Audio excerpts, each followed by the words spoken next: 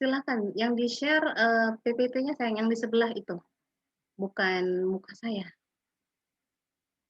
Nah, itu PPT-nya. PPT-nya itu dah. Ya, silakan.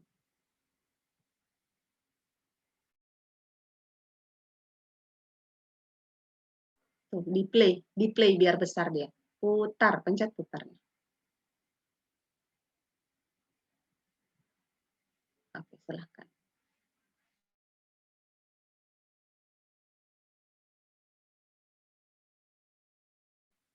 Silahkan sampaikan kelasnya yang mana ya, biar saya gampang mengeceknya ya, R1 atau R2 ya.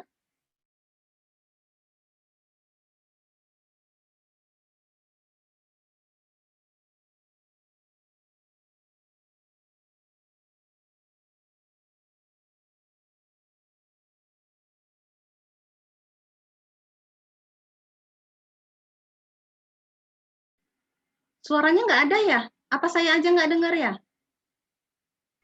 Memang belum ada, Bu. Oke, kalau belum ada, kalau mau ganti, bisa Sri suaranya keluarin dulu sayang. Baik, Bu. Iya, bisa? Bisa dimulai? Bisa, Bu. Oke, silakan. Assalamualaikum warahmatullahi wabarakatuh. Waalaikumsalam warahmatullahi wabarakatuh. Baik, terima kasih kepada Ibu Rahayu Suseno yang telah memberikan waktu saya untuk mempresentasikan hasil dari praktikum yang telah saya lakukan dengan judul Pengaruh Substitusi Gula Aren terhadap Karakteristik Fisik dan Antioksidan Kue Sarang Semut. Latar belakang, kue Indonesia adalah panganan atau makanan kecil yang terdapat di Indonesia. Kue Indonesia memiliki karakteristik yang berbeda yaitu kue kering dan kue basah. 1. Kue kering adalah kue yang memiliki tekstur keras dan renyah karena memiliki kadar air yang sedikit. 2. Kue basah adalah kue yang memiliki tekstur lembut, empuk, dan relatif basah. Salah satu contohnya yaitu kue sarang semut. Sarang semut merupakan kue yang dibuat menggunakan karamel yang memiliki tekstur empuk dengan ciri khas pada bagian kue memiliki rongga seperti sarang semut dan warnanya coklat kehitaman. Menurut Lempang 2012, bahwa gula aren sering juga digunakan dalam ramuan obat tradisional dan diyakini memiliki khasiat sebagai obat demam dan sakit perut. Gula aren mengandung antioksidan dan glukosa cukup tinggi yang dapat membersihkan ginjal sehingga terhindar dari penyakit ginjal. Tujuan penelitian. 1. Untuk mengetahui pengaruh substitusi gula aren dan gula pasir terhadap karakteristik fisik aktivitas antioksidan dan organoleptik kue sarang semut. 2. Untuk mengetahui pengaruh substitusi gula aren dan gula pasir terhadap aktivitas antioksidan kue sarang semut sebagai sumber antioksidan. Manfaat penelitian. 1. Memberikan pengetahuan tentang manfaat gula aren sebagai pengganti gula pasir sebagai antioksidan. Yang kedua, sebagai salah satu alternatif dalam pengurangan penggunaan gula pasir. Hipotesis penelitian. Konsentrasi berpengaruh terhadap sifat fisik, aktivitas antioksidan, dan organoleptik kue sarang semut. Kemudian terhadap konsentrasi penambahan gula aren terbaik pada kue sarang semut. Metode penelitian. Waktu dan tempat penelitian. Penelitian ini dilaksanakan pada bulan Maret sampai bulan April tahun 2021 di rumah praktikan masing-masing. Alat dan bahan. Bahan yang digunakan adalah gula aren, gula pasir, tepung terigu, tepung tapioka, telur, natrium bikarbonat, dan air. Alat yang digunakan dalam penelitian ini adalah pisau baskom, gelas, wajan, sutil, kompor, panci, dan timbangan. Analisis SWOT produk. 1. Kekuatan, yaitu mengandung antioksidan yang berasal dari penambahan gula aren, kemudian menggunakan kemasan yang lebih praktis dan kecil dari kue sarang semut pada umumnya. 2. Kelemahan, yaitu dengan sebagian orang tidak menyukai warna kue sarang semut dengan penambahan gula aren. Yang ketiga, peluang. Banyaknya peminat kue sarang semut, mulai dari anak-anak hingga dewasa. Banyak orang tidak menyadari bahwa gula aren bisa digunakan dalam pembuatan kue sarang semut dan memberikan efek pada kesehatan. Yang terakhir, ancaman. Mulai banyaknya pesaing yang juga memiliki inovasi terbaru dengan produk serupa. Rancangan percobaan yang dilakukan pada penelitian ini yaitu rancangan acak lengkap. Yang pertama dengan tiga perlakuan, yaitu P1 100% gula pasir dengan 0% aren. P2 70% gula pasir dengan 30% gula aren. Yang P3 60% gula pasir dengan 40 gula aren. Pelaksanaan penelitian. Yang pertama, pembuatan karamel gula aren.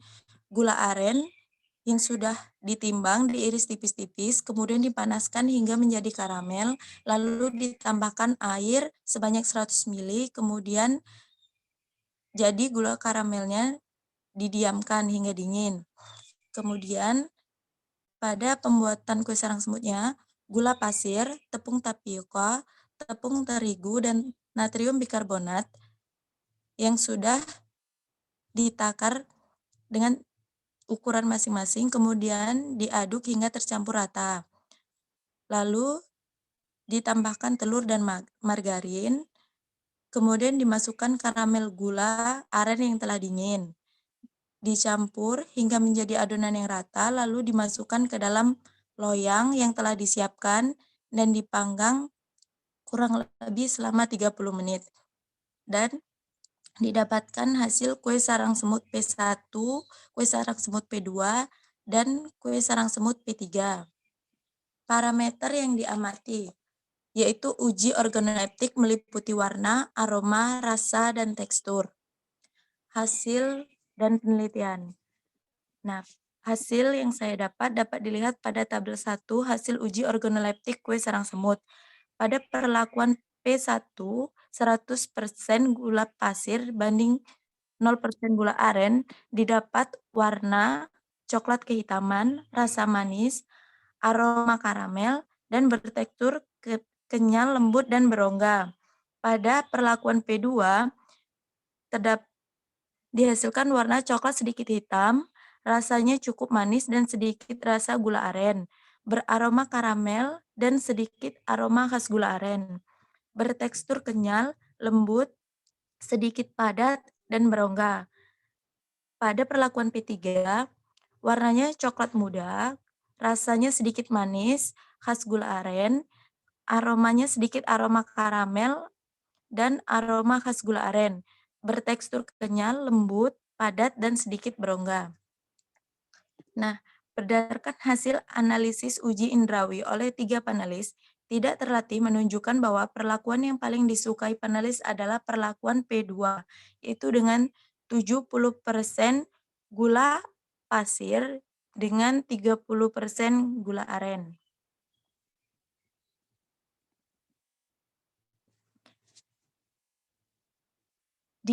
Lanjutan, diperkirakan satu hari menjual 20 bungkus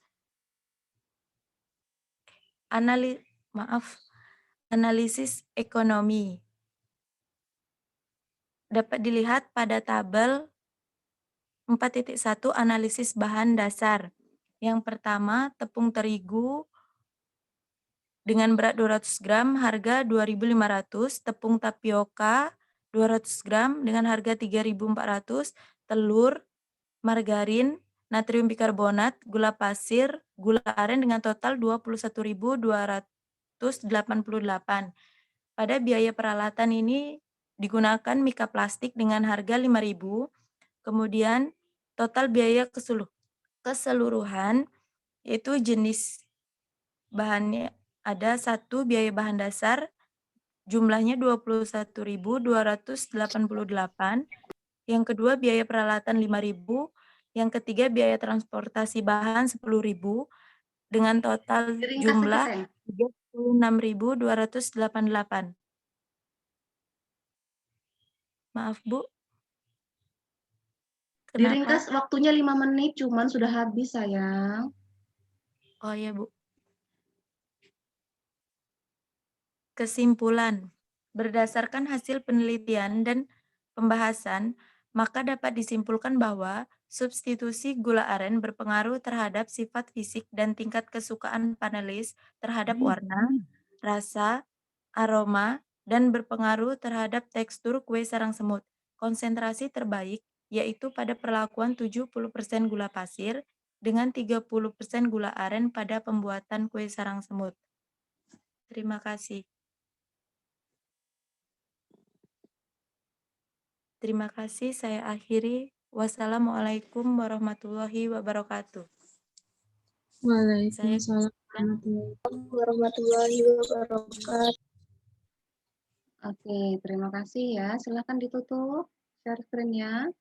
Oke.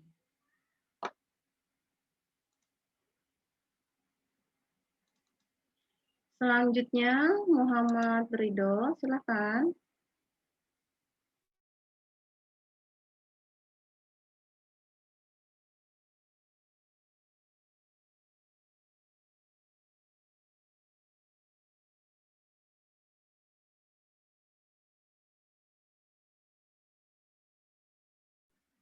Ada Muhammad Ridho?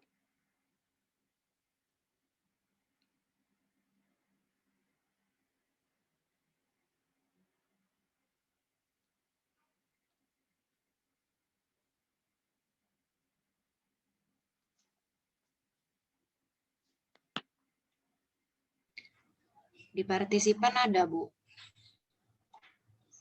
Gimana orangnya?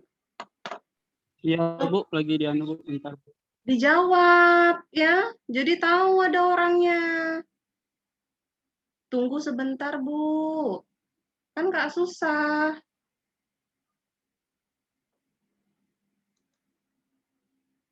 Iya, Bu, maaf. Tadi lagi pakai headset.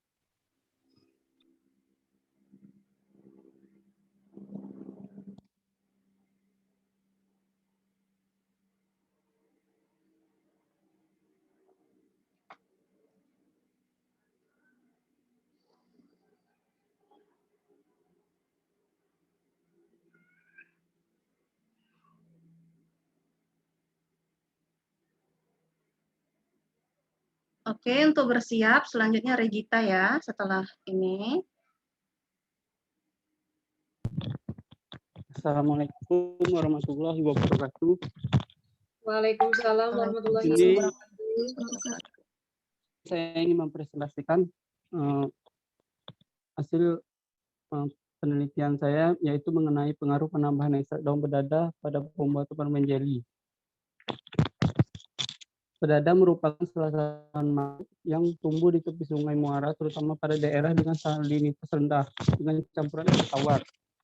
Buah pedada mengandung 14,35% karbohidrat, 1,17% protein, 0,89 lemak, 4,39 abu, dan 79,24% air.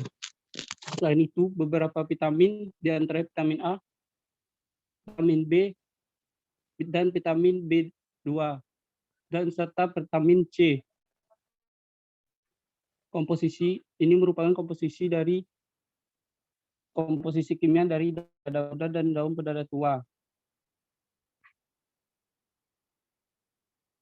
Adapun komponen bioaktif pada daun bedada, ada yang pertama ada flavonoid, tanin, fenolik. Menurut Hidayat, permen jeli mempunyai karakteristik umum, yaitu kenyal yang bervariasi sampai agak keras.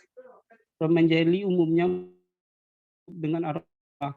Komponen pemanis yang umum digunakan adalah sirup glukosa, sirup jagung, dan asam organik seperti asam sitrat dan asam malat, serta bahan pembentuk gel seperti pati, pektin, agar, gelatin, dan karagenan. Bahan pembuat jeli. Yang pertama ada gelatin. Gelatin yang ditambahkan pada permen berfungsi sebagai penghambat kristalisasi gula. Fungsi lain dari gelatin adalah perbaiki tekstur, struktur, dan kekenyalan khususnya pada pembuatan permen. Asam sitrat.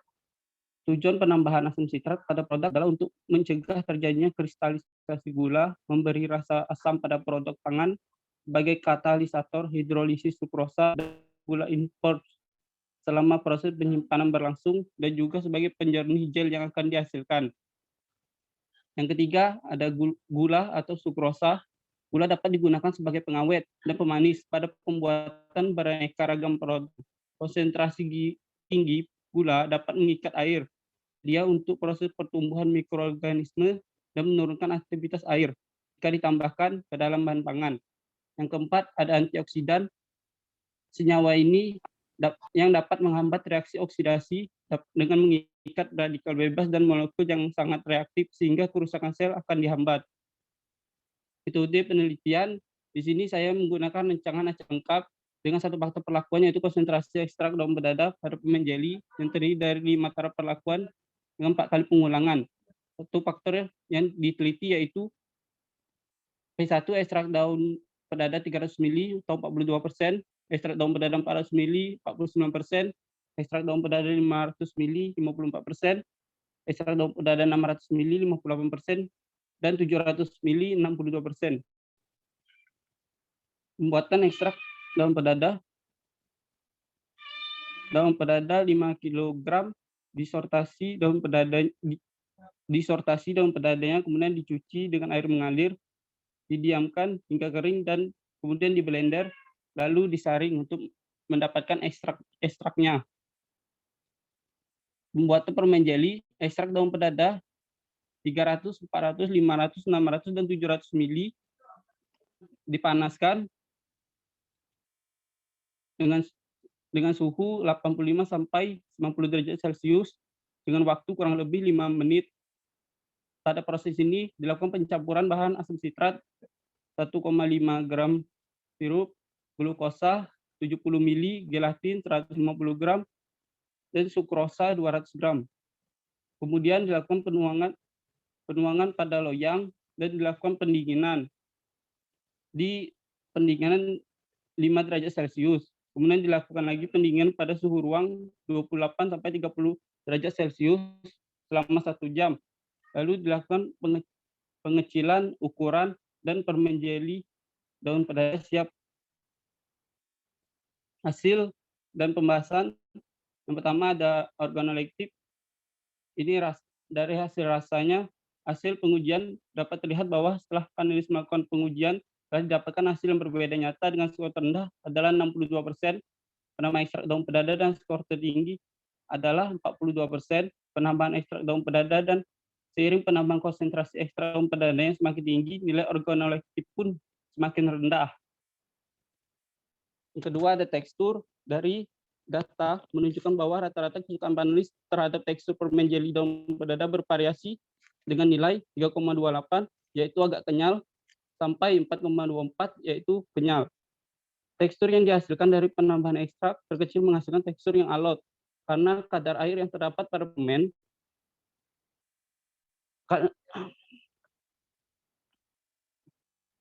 tekstur yang dihasilkan dari penambahan ekstrak terkecil menghasilkan tekstur yang alot karena kadar air yang terdapat pada permen jeli berpengaruh terhadap tekstur. Dengan semakin sedikitnya kadar air, maka tekstur akan semakin kaku dan keras. Dan begitu pula, semakin banyaknya kadar air, maka tekstur yang dihasilkan akan semakin lunak. Kemudian selanjutnya ada penerimaan keseluruhan.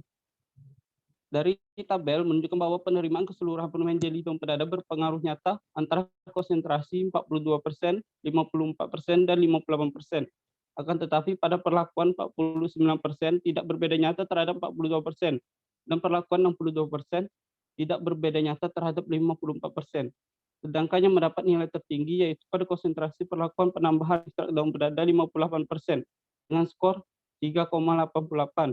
Ada perlakuan penambahan ekstrak daun bedada 58% memiliki nilai skor tertinggi dikarenakan tekstur yang disukai oleh panelis dan rasa yang tidak terlalu manis dan ambar. Baiklah, hanya itu yang dapat saya sampaikan. Lebih dan kurang saya mohon maaf. Saya akhiri. Wassalamualaikum warahmatullahi wabarakatuh. Waalaikumsalam warahmatullahi wabarakatuh. Silahkan ditutup. Oke. Ridhonya mana ya? Tolong dibuka kameranya, Ridho. Ya Bu, kenapa Bu? Tolong dibuka kameranya. Iya Bu, mohon tadi takutnya apa bisa keluar Iya, itu iya, Bu, nggak apa-apa. kalau nggak hidup Mm, kalau di iya. iya. Oke. Ridho tahu tujuan kita praktikum ini apa, Ridho?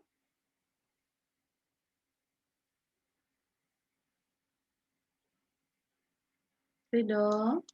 Untuk mengetahui tentang melakukan pengembangan produk Bu. Iya. Pengembangan produk dari apa?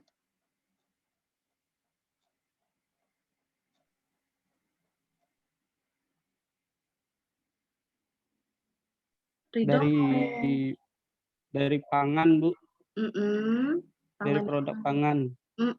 produk pangan yang apa?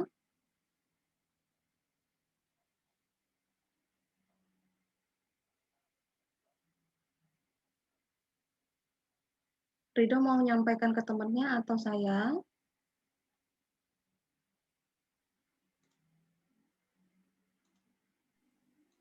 Maaf Hmm? Bu, maksudnya gimana Bu? Oke, Maksudnya kalau iya. Ridho nggak sadar juga, apa salahnya? Tidak masalah. Oke, silakan lanjutkan, Regita. Baik, Bu.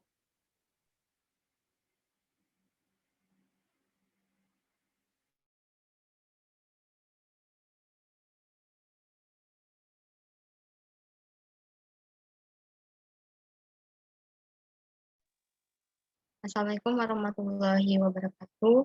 Perkenalkan, nama saya Gita Indah Putri dengan NIM ujung 11 dari kelas R2 ingin mempresentasikan hasil laporan saya, yaitu kajian perbedaan penstabil pada gelato dengan penambah bunga terang sebagai pewarna dan strawberry flavor alami. Nah, latar belakang dari penelitian ini yaitu karena gelato mengandung lemak yang lebih rendah dibandingkan es krim dan nilai alkalinnya itu pun lebih rendah dibandingkan es krim. Dan jika kita mengkonsumsinya terus-menerus dapat meningkatkan sistem kekebalan tubuh kita. Terus kenapa ditambah bunga telang? Karena bunga telang ini memiliki antioksidan yang tinggi sehingga berperan untuk melawan radikal bebas yang ada di dalam tubuh kita dan dapat menimbulkan warna biru yang menarik. Nah, stroberi ini ditambahkan juga dikarenakan memiliki kandungan vitamin C yang tinggi, fosfor, kalsium, vitamin A, asam folat, dan lain-lain. Nah, bunga telang ini dikombinasikan dengan stroberi dapat menimbulkan warna ungu. Karena bunga telang memiliki warna biru dan stroberi warna merah. Tujuan penelitian ini itu untuk mengetahui proses pengolahan gelato. Yang kedua, untuk mengetahui pengaruh 3 perlakuan penstabil yang digunakan pada gelato. Yang ketiga, untuk mengetahui karakteristik gelato dengan penambahan bunga telang dan penambahan stroberi yang dihasilkan. Manfaat penelitian ini itu dapat menjadikan referensi atau inovasi varian baru pada produk gelato supaya lebih tahan dan memiliki tekstur yang lembut serta lebih bergizi.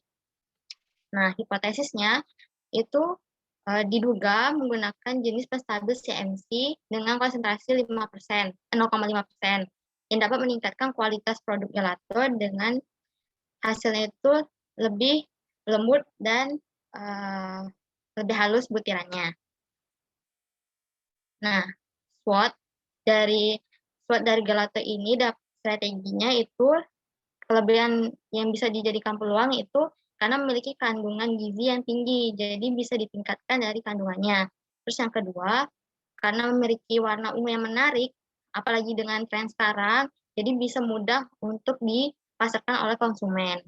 Nah, terus kelebihannya itu bisa digunakan untuk ancaman yang ada, kayak kandungan gizinya itu bisa kita promosikan ke konsumen, kalau kita tuh tidak menggunakan pewarna atau pengawet dan penguat rasa pada produk kita.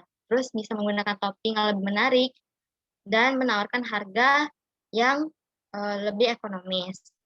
Nah, peluang kelemahan tuh bisa kita jadikan peluang seperti karena rasanya asam, karena cuaca di Jambi itu lebih panas, jadi bisa menimbulkan sensasi yang lebih segar pada produk kita. Terus mendesain lebih unik pada kemasan dan jenis kemasannya lebih beragam. Kelemahan yang ada dan ancaman itu bisa kita lakukan dengan mempromosikan gelato tersebut di sosial media ataupun terjun langsung ke konsumen dan memberikan diskon pada harga-harga yang kita sajikan dan memberikan varian lebih inovasi lagi dan mengikuti perkembangan zaman. Alat dan bahan, alat yang digunakan bisa kita lihat sini seperti whisker, mangkok, panci, kompor, spatula, sendok, garpu, loyang, scoop ice cream, saringan. Nah, bahan-bahannya ada susu, kuning telur, gula pasir, garam, tepung maizena, bubuk vanili, CMC, dan agar-agar putih, bunga telang, dan buah stroberi. Rancangan percobaan digunakan di sini menggunakan rancangan acak kompok. Ada 0%, itu sebagai kontrol, 0,5% CMC, 0,5% agar-agar. Nah, metode pembuatannya yaitu dihomogenkan terlebih dahulu 2 butir telur dengan gula hingga mengembang dan disisihkan. Terus adonan kedua, maaf Bu, izin mengecas sebentar.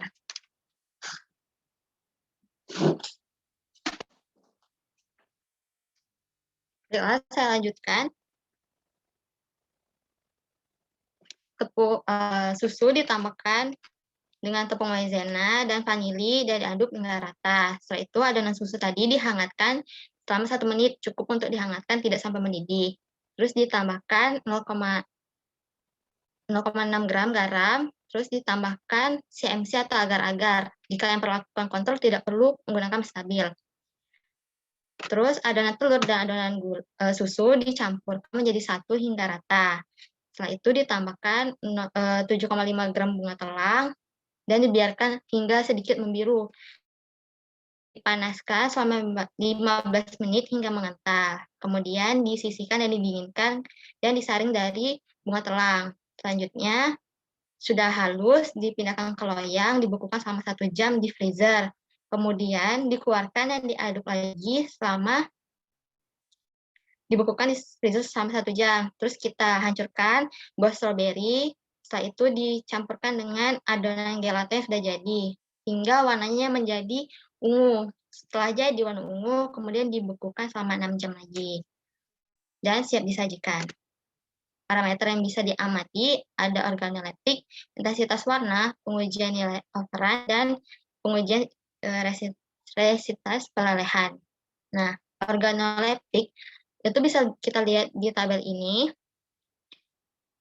Dari warna, aroma, rasa, dari 3 perlakuan ini memiliki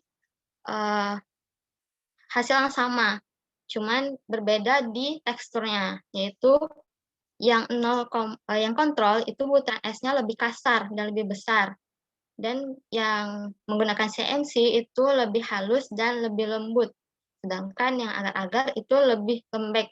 Jadi bisa kita nilai bahwa stabil ini lebih berpengaruh ke tekstur, dan yang paling diminati itu menggunakan CMC 0,5%.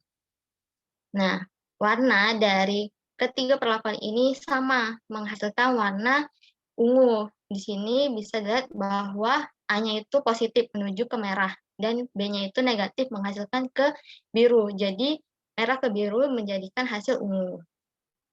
Dan overrun-nya itu di sini yang lebih tinggi itu agar-agar dan yang lebih rendah itu overrun. Namun CMC itu di tengah-tengahnya, namun dari ketiga ini masih termasuk ke dalam standar gelato. Nah, resistivitasnya itu pelelehannya bisa digunakan stopwatch dan dihasilkan CMC itu lebih rendah, lebih cepat meleleh karena menggunakan penstabil, dan yang paling lama itu menggunakan kontrol. Nah, analisis ekonomi ini bisa dihasilkan 20 cup, yaitu 1 cupnya itu bisa dijual 4.800. Sehingga kita menjualnya itu seharga 5.300 per cup. Jadi, 1 hari produksi bisa menjual 40 cup gelato dengan modal awalnya 687.000 dan per harinya bisa per cupnya itu 212.000. Nah, per harinya bisa menghasilkan untung Rp189.100 dan per minggunya dan per bulannya bisa kita lihat di sini 1.323.000 dan per bulannya bisa 5 jutaan. Nah, kesimpulan dari penelitian ini itu menghasilkan pelaku yang paling diminati adalah CMC 0,5% dan teksturnya itu memiliki lembut dan halus dibandingkan perlakuan yang lain dan daya lelehnya itu lebih cepat dan memiliki warna yang menarik yaitu warna ungu muda, rasa khas susu dan manis serta asam. Terima kasih. Saya kembalikan kepada Bu Rahayu Soseni. Oke, terima kasih. Sebelumnya saya mau nanya, ngukur LAB-nya pakai apa sayangnya?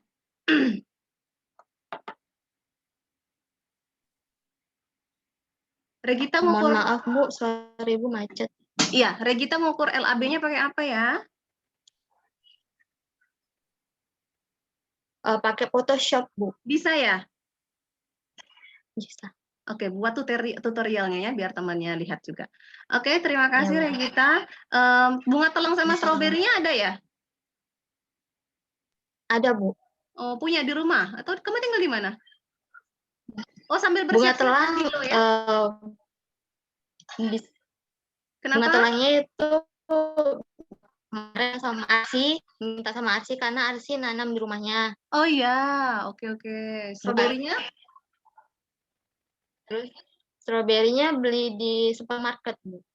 Mahal dong, stroberi satu pak aja 20 ribuan ya. Kan saya bilang coba buat yang hemat. Oke, silakan. Andila sudah siap?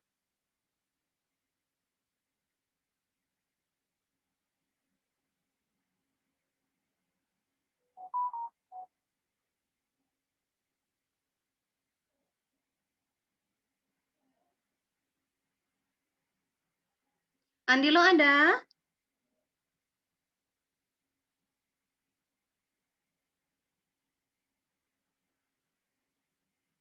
Bersiap-siap selanjutnya Andrianto, Indah Khairunisa. Andilo ada?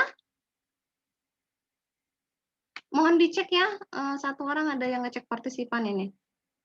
Andilo, oke, Andilo nggak ada ya. Nah, silahkan selanjutnya Andrianto. Baik, Bu. Ya, silahkan.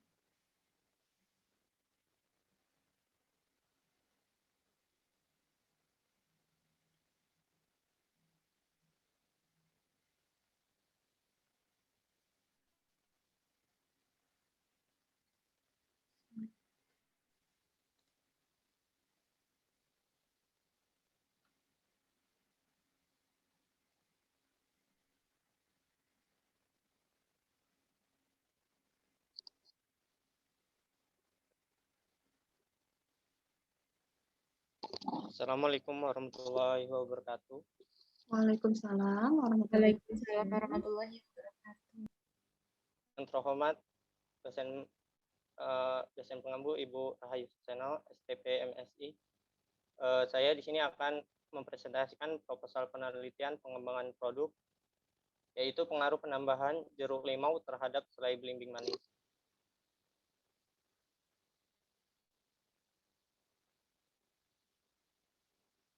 Latar belakang.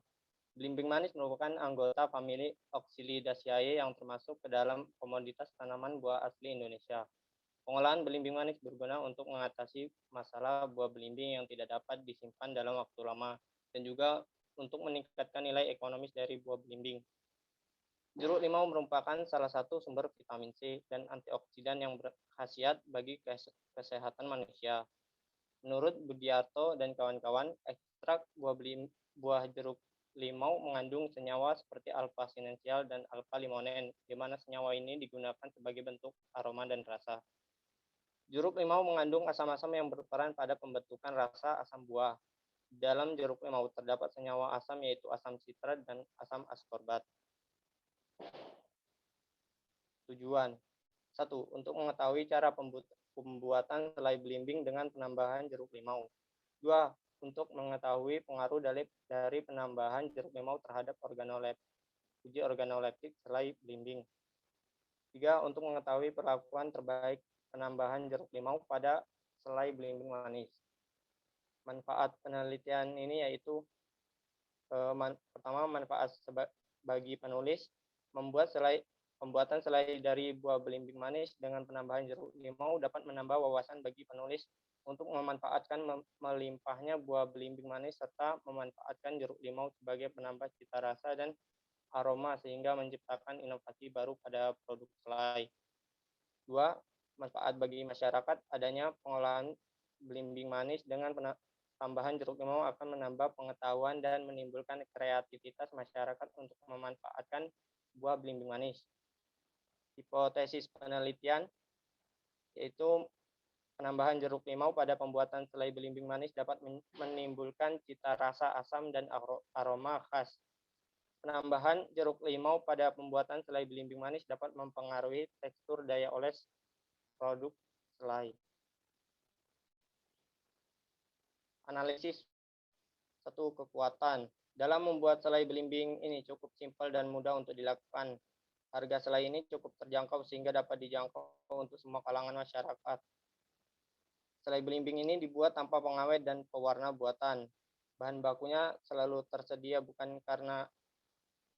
karena bukan merupakan tanaman musiman sehingga dapat diolah kapan saja. Kelemahannya yaitu baku pembuatan seperti belimbing hanya banyak terdapat pada daerah tertentu saja. Lokasi penjualan akan mempengaruhi daya beli masyarakat. Produk selai tidak dapat dikonsumsi secara langsung, namun dikonsumsi sebagai pendamping camilan lainnya seperti roti. Peluang. Selai banyak dicari oleh masyarakat yang menyukai roti sebagai cemilan. Selai disukai oleh semua kalangan usia, baik anak-anak, remaja, dewasa, maupun orang tua. Sebagai inovasi terbaru dengan tambahan jeruk limau pada selai belimbing. Ancaman, banyaknya usaha selai belimbing yang juga memiliki inovasi dan varian yang lebih menarik minat konsumen. Mulai banyak bermunculan jenis selai di pasaran yang lebih menarik. Metode penelitian. Waktu dan tempat penelitian ini dilaksanakan selama 1 bulan di rumah praktik lokasi di Desa Marga, Manunggal Jaya, Kecamatan Sungai Bahar, Kabupaten Muaro Jambi, Provinsi Jambi. Alat dan bahan. Alat yang digunakan yaitu pisau, baskom, kompor, wajan, blender, gelas, timbangan, dan pemeras jeruk. Sedangkan bahan yang digunakan yaitu belimbing manis, jeruk limau, dan gula pasir. Rancangan percobaan. Rancangan percobaan yang digunakan adalah rancangan acak lengkap atau RAL, pengaruh penambahan jeruk limau pada selai belimbing manis. Perlakuan berdasarkan perbedaan konsentrasi air sari jeruk limau. R sebagai kontrol. Perlakuan 1, 100 ml bubur belimbing berbanding 5% air sari jeruk limau. Perlakuan 2, 100 ml bubur belimbing berbanding 10% air sari jeruk limau.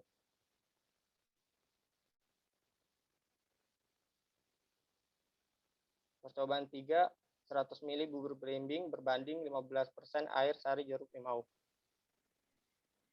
Cepat ya. Ya, Bu. Pelaksanaan penelitian, pembuatan selai belimbing. Pertama-tama buah belimbing dipisahkan dari daging buah, kemudian dihaluskan dan menjadi bubur belimbing sebanyak 100 ml.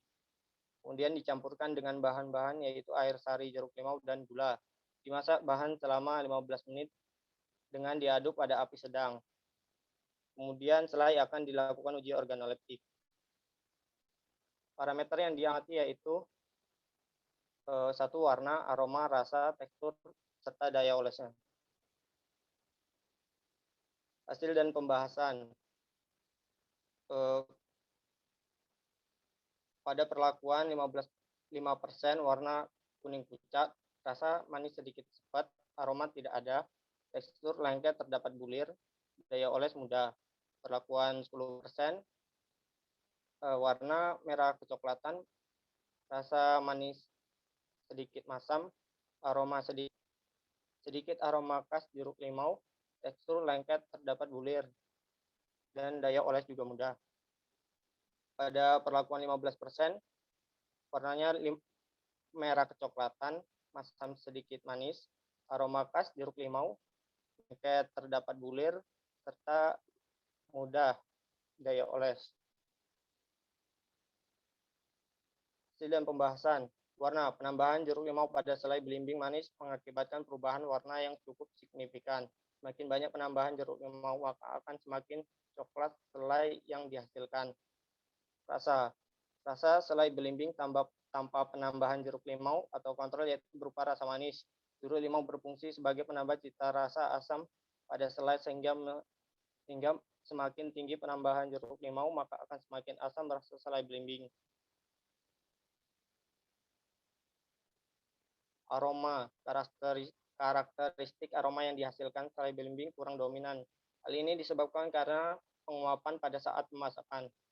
Namun karena adanya penambahan jeruk limau, maka aroma yang timbul adalah aroma jeruk. Namun aroma yang dihasilkan jeruk limau juga tidak terlalu dominan. Tekstur. Tekstur dari ketiga perlakuan selai belimbing dengan penambahan jeruk limau tidak memiliki perbedaan tekstur yang signifikan. Artinya tidak ada pengaruh nyata dari perlakuan sari jeruk limau terhadap tekstur yang dihasilkan. Daya oles. Daya selai yang dihasilkan dari buah belimbing tidak ada pengaruh nyata dari perlakuan penambahan jeruk limau terhadap daya oles selai belimbing. Selai yang dihasilkan memiliki daya oles yang baik. Berikut adalah analisis ekonomi. Tabel 5.1 merupakan pembelian bahan dasar selai. Tabel 5.2 merupakan pembelian kemasan selai. Tabel 5.3 merupakan total biaya keseluruhan. Rincian keuntungan. Berikut merupakan rincian keuntungan dari penjualan selai belimbing dengan penambahan jeruk limau. Kesimpulan, dari hasil praktik yang telah dilaksanakan dapat disimpulkan bahwa penambahan jeruk limau pada selai belimbing dapat mempengaruhi warna, rasa, dan aroma, namun tidak dengan tekstur selai. Jeruk limau mengandung asam-asam yang berperan pada pembentukan rasa asam buah. Di dalam jeruk limau terdapat senyawa asam yaitu asam citrat dan asam askorbat. Senyawa inilah yang dapat merubah rasa selai menjadi asam. Sekian presentasi dari saya. Apabila ada kurang, saya mohon maaf. Oke, terima kasih Andrianto. Ya, Waalaikumsalam, lagi ngucapin salam saya itu. Andrianto punya pohon belimbingnya ya? Iya, punya, Bu. Iya, tapi di lampirannya selain belimbingnya berubah jadi selai nanas. Itu maksudnya apa itu?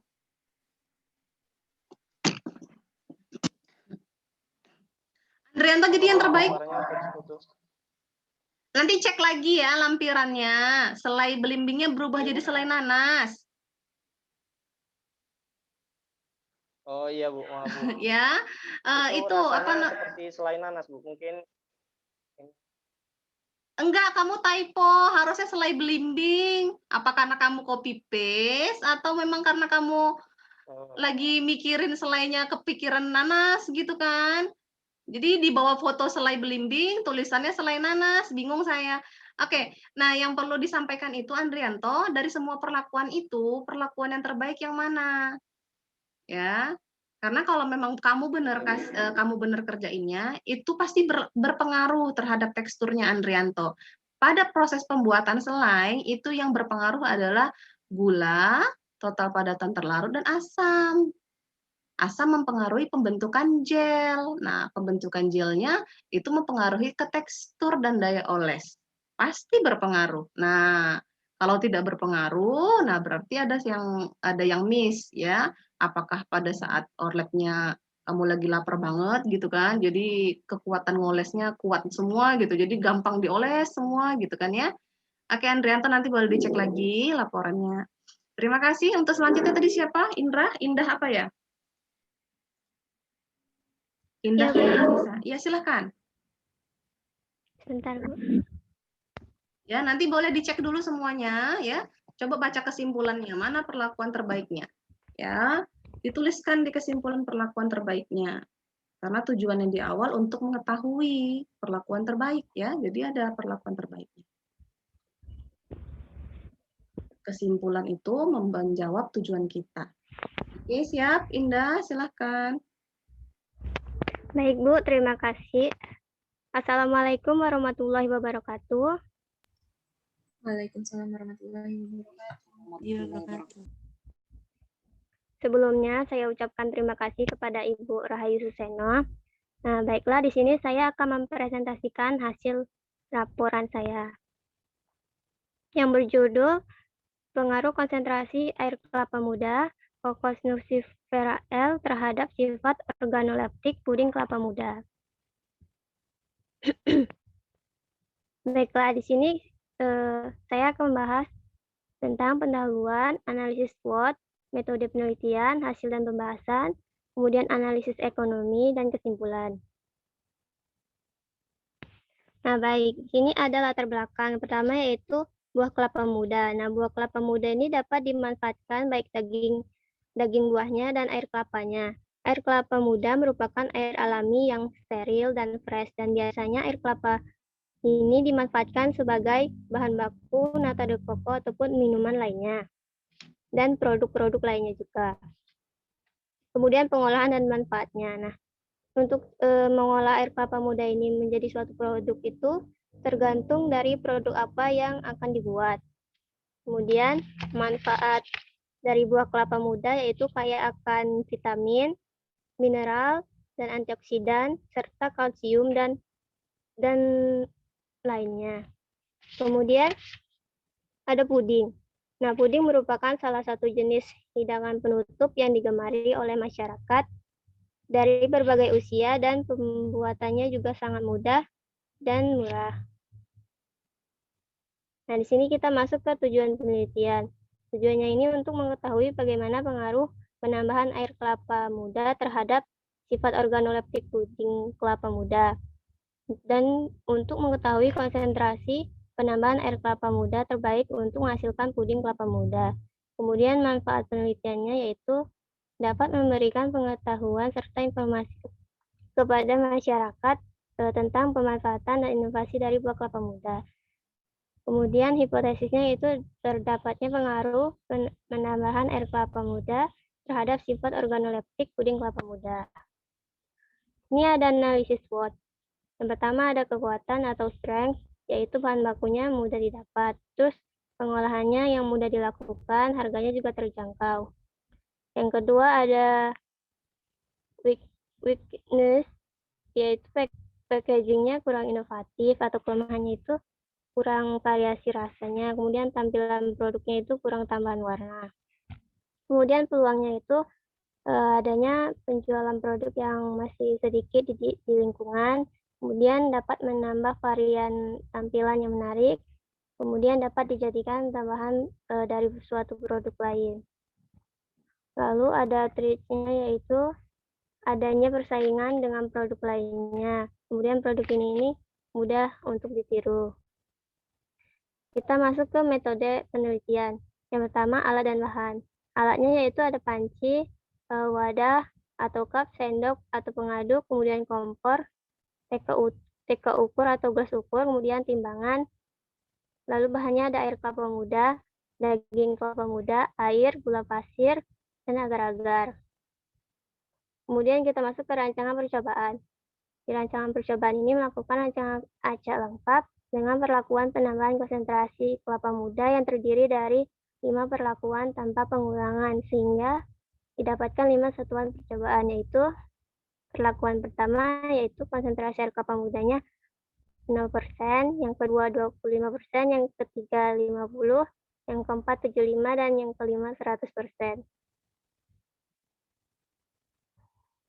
Kemudian kita masuk ke prosedur kerjanya, di mana bahannya yaitu ada air dan air kelapa mudanya, kemudian ditambahkan gula pasir 170 gram, agar-agar 7 gram atau 1 bungkus. Kemudian kita masukkan ke dalam panci, kemudian dipanaskan hingga setengah mendidih dan sambil diaduk. Pada saat setengah mendidih kita masukkan irisan daging kelapa mudanya. Kemudian kita panaskan hingga mendidih kembali. Setelah itu, setelah selesai, kita kemas ke dalam wadah dan didapatkanlah hasilnya. Parameter yang diamati yaitu ada rasa, aroma, warna, dan tekstur. Nah, kita masuk ke hasil pembahasan. Yang pertama itu ada tabel 1 tentang hasil pengamatan sifat organoleptik terhadap puding kelapa muda. Di mana berdasarkan pada tabel 1 ini dapat diketahui bahwa puding kelapa muda ini berpengaruh terhadap warna dan tekstur. Di mana pada perlakuan kedua itu warnanya terlihat agak keruh dan juga perlakuan keempat agak keruh. Sedangkan yang lainnya seperti warna kelapa muda. Kemudian teksturnya yaitu ada yang pada perlakuan kedua yaitu kenyal dan mudah hancur. Pada perlakuan ketiga padat dan agak kenyal, kemudian pada perlakuan keempat itu kenyal, kemudian perlakuan kelima itu kenyal dan mudah hancur.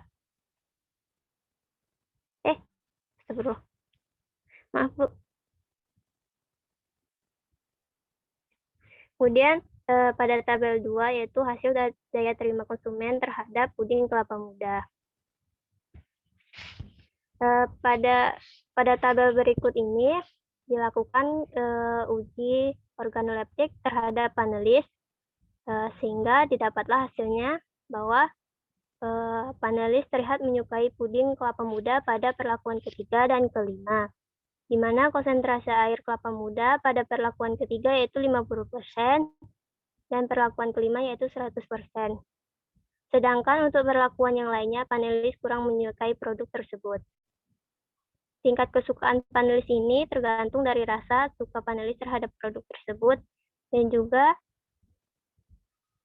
karena beberapa faktor lainnya yaitu panelisnya dalam keadaan kondisi yang sehat ataupun sedang tidak sehat. Kemudian kita masuk ke analisis ekonomi.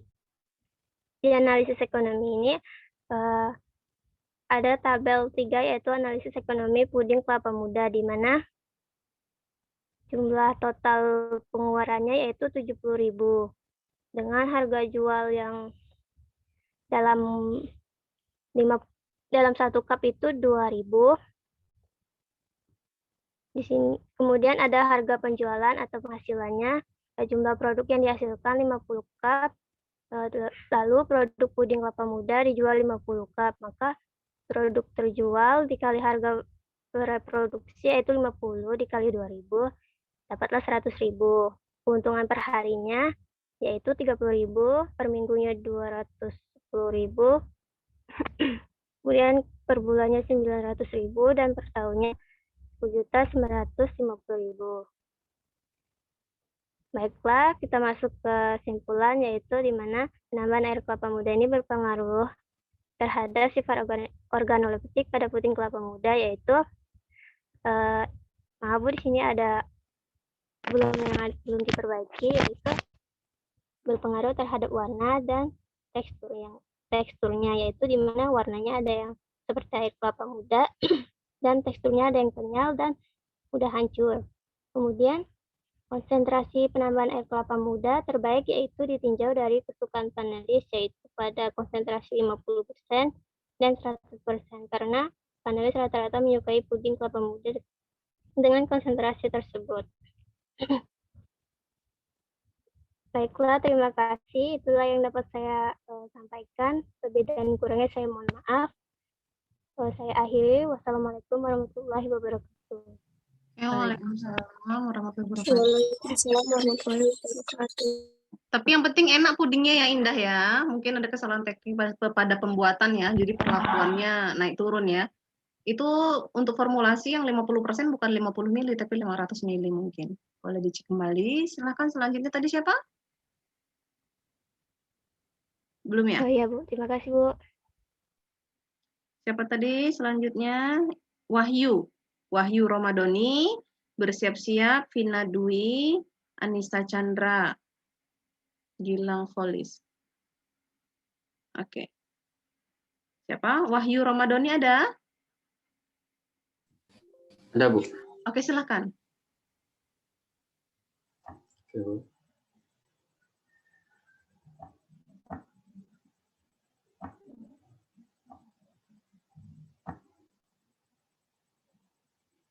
Teman-teman, apa sudah terlihat? Sudah. Bismillahirrahmanirrahim. Assalamualaikum warahmatullahi wabarakatuh. Nama saya Wahyu Ramadhani, NIM J1A1 8026, kelas R01. Yang saya hormati Bu Rayu Susono selaku dosen pengampu mata kuliah pengembangan produk, dan juga teman-teman yang saya banggakan. Kali ini saya akan mempresentasikan hasil penelitian saya yang berjudul pengaruh ekstrak asam jawa pada teh daun pepaya sebagai minuman kaya antioksidan.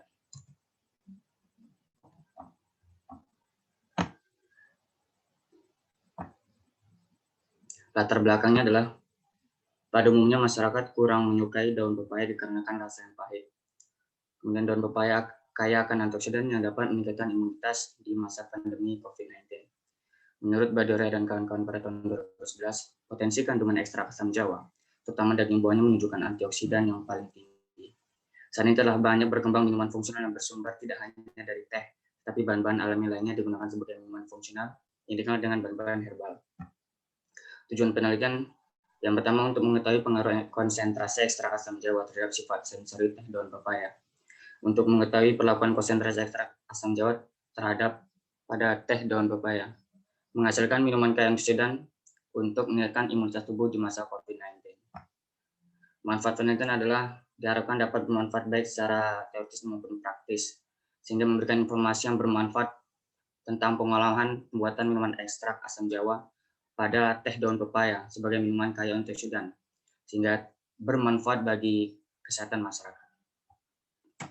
Selanjutnya, hipotesisnya adalah terdapat pengaruh penambahan ekstrak asam jawa terhadap sifat organoleptik minuman herbal teh daun pepaya.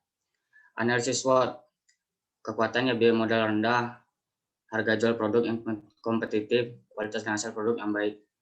Kelemahannya tidak ada variasi kemasan produk, kurang manfaatkan sarana promosi, belum punya distributor khusus, penggunaan masih tradisional.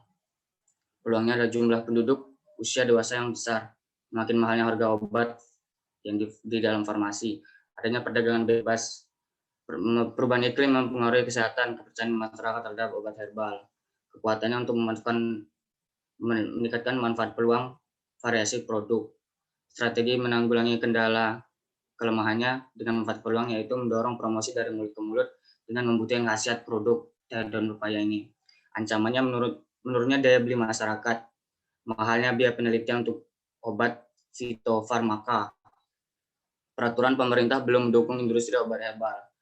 Strategi memakai untuk mengatasi ancamannya ini mempertahankan harga jual, meningkatkan kualitas produk untuk meraih kepercayaan. Strategi memperkecil kelemahannya, membuat variasi kemasan produk berupa kemasan yang lebih terjangkau, menjalin kemitraan dengan balai atau stakeholder terkait.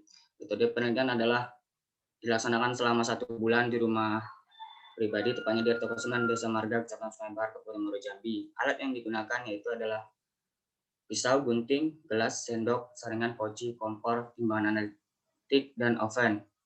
Bahan yang digunakan yaitu daun pepaya, buah asam jawa, dan air. Rancangan percobaan yaitu menggunakan rancangan acak lengkap, yaitu pengaruh konsentrasi ekstrak asam jawa pada teh daun pepaya dengan 3 perlakuan.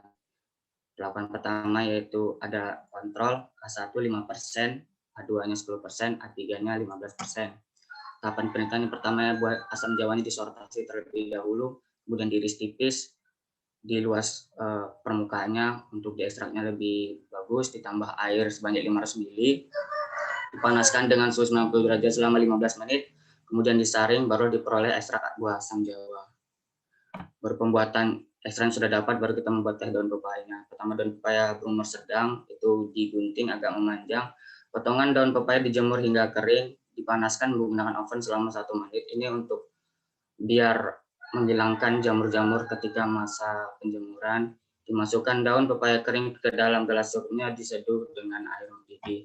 Pembuatan minuman fungsionalnya baru ekstrak buah asam jawa dengan berbagai konsentrasi ini ditambahkan dengan teh dan pepaya sehingga semuanya menjadi 100 ml.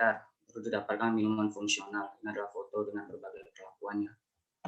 Parameter yang diamati ini adalah tabelnya, yaitu dengan perlakuan A1, A2, A3, dan kontrol, warna, aroma, dan rasa. Hasil dan pembahasan, ini air kontrolnya warnanya hijau, aromanya khas daun pepaya, rasanya pahit sekali. A1, Warnanya hijau agak kecoklatan, aroma khas asam Jawa, rasa pahit agak keasaman, udah mulai agak asam. Aduannya coklat pucat, aromanya tetap khas asam Jawa. Rasanya pahit, cuman agak-agak dominan asam. Tapi masih ada pahitnya. A3 coklat pekat khas asam Jawa, ini rasa pahitnya hilang, cuman asam banget. Oke. Kemudian untuk parameter warna, jika diketahui bahwa semakin tinggi penambahan oksidan terekstrak asam Jawa, maka warna yang dihasilkan semakin kecoklatan. Menurut Uhani pada tahun 2008 bahwa gula Nah ya, pada udah habis waktunya. Bu. Jadi dilanjutin apa gimana, Bu? Dicepetin aja, waktunya udah habis. Jenis gula yang dapat mereduksi karena adanya gugus aldehid dan gugus keton. Kemudian pada parameter aroma, ekstrak asam memberikan aroma khas pada tandon paya dapat dilihat dari perlakuan A1 hingga A3. Rasanya semakin tinggi ekstrak asam Jawa, maka rasa pahit yang ditimbulkan pada tandon ini tertutupi makin hilang. Ini karena rasa massa manis berhubungan dengan kandungan tinggi asam tartarat dan gula produksi kata DKW 2010. Kesimpulannya adalah bahwa perlakuan terbaik ada pada konsentrasi 10 ekstrak asam Jawa dengan tetap sedikit rasa pahit, namun ada asamnya, memberikan pengaruh warna, aroma, dan rasa pada minuman kaya antioksidan. Terima kasih. Saya akhiri. Wassalamualaikum warahmatullahi wabarakatuh. Oke, waalaikumsalam. Ya, makanya dari awal saya bilang pahit itu tuh, ya. Dan lagi kamu ini bukan pembuat, bukan teh ya, tapi minuman. Ya beda teh ya. Nah, kalau teh kamu tadi maunya melewati tahap pelayuan, pengeringan, penyangraian. Nah, mungkin dia rasanya akan lebih kurang pahitnya, gitu ya. Nah, lalu baru diseduh seperti itu ya, bukan direbus ya. Baru kita tambahkan berapa si asam Jawanya seperti itu. Ya, tapi pakai gula kan ya, masih bisa diminum ya. Dan mungkin daunnya bukan daun yang tua besar-besar kamu pilih ini, besar banget itu daunnya, tua-tua gitu ya. Oke, next selanjutnya tadi siapa? Vina, Bu. Ya. Oke, silahkan Vina. Ya, saya senang.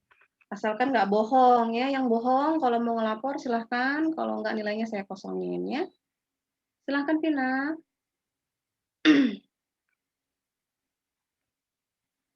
Assalamualaikum warahmatullahi wabarakatuh. Perkenalkan, nama saya Vina Dwi Astuti dengan NIM J1A1180557 kelas R001. Pada hari ini saya akan membahas mengenai sifat organoleptik pada selai campuran buah kelapa muda dan nangka.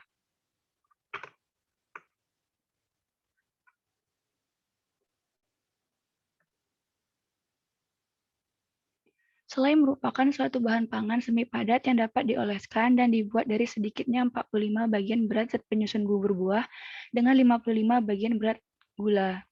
Selai dari buah kelapa muda merupakan produk turunan dari kelapa. Aroma dan rasa merupakan faktor yang penting pada produk selai. Warna kelapa muda yang kurang menarik dan rasa yang hambar menjadikan selai dari kelapa muda kurang diminati. Oleh karena itu, perlu penambahan buah yang memiliki warna dan rasa yang kuat. Salah satu buah yang memiliki rasa dan aroma yang kuat yaitu buah nangka. Rumusan masalah. Yang pertama yaitu bagaimana proses pembuatan selai campuran buah kelapa muda dan buah nangka. Kemudian bagaimana sifat organoleptik pada selai campuran buah kelapa muda dan buah nangka. Tujuannya yaitu untuk mengetahui proses pembuatan selai campuran buah kelapa muda dan buah nangka, dan untuk mengetahui sifat organoleptik pada selai campuran buah kelapa muda dan buah nangka. Daging buah kelapa berwarna putih, lunak, dan tebalnya 8 hingga 10 mm. Daging buah ini merupakan sumber protein yang penting dan mudah dicerna. Buah nangka kaya akan kandungan zat gizi yang baik bagi kesehatan. Kandungan energi buah Analisis SWOT. Yang pertama yaitu kekuatan. Kekuatan dari produk ini yaitu bahan baku yang digunakan mudah ditemukan. Produk dapat dijual oleh seluruh kalangan masyarakat, produk ekonomis dan higienis, inovasi rasa yang berbeda dengan produk lainnya.